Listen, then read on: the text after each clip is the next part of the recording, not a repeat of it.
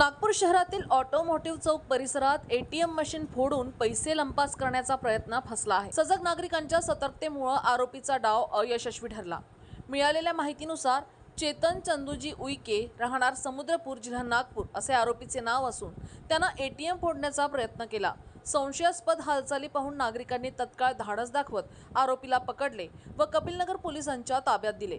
तसंच या घटनेमुळे परिसरात एकच खळबळ उडाली आहे। तर कपिलनगर पोलिसांनी आरोपी विरुद्ध गुन्हा दाखल करून पुढील तपास सुरू केला आहे। नागरिकांच्या सजगतेमुळे मोठी चोरी टळली असून पोलिसांनी त्यांचे कौतुक केले आहे। जय हिंद। काल रात्री ऑटोमोटिव्ह चौक येथील SBI ATM मध्ये एक संशयित इसम आतमध्ये घुसला आणि त्यांनी ATM मशीन सोबत छेडखानी करण्याचा प्रयत्न केला। त्यावरून सायरनचा आवाज झाल्याने नागरिकांनी अडवट केली। त्यामध्ये तिथे जे ड्युटीवर असलेले पोलीस हवालदार मुश्ताक शेख, मुस्तफा शेख वाहतूक विभागाचे यांनी तिथे तात्काळ तिथे पोहोचले आणि आमचे बीट मार्शलला पण बोलवलं आणि त्या सगळ्यांनी त्याला ताब्यात घेतलं। त्याचं नाव आहे चेतन चंदूजी उईके, वय 25 वर्ष, राहणार नादराष्ट्रा पोलीस स्टेशन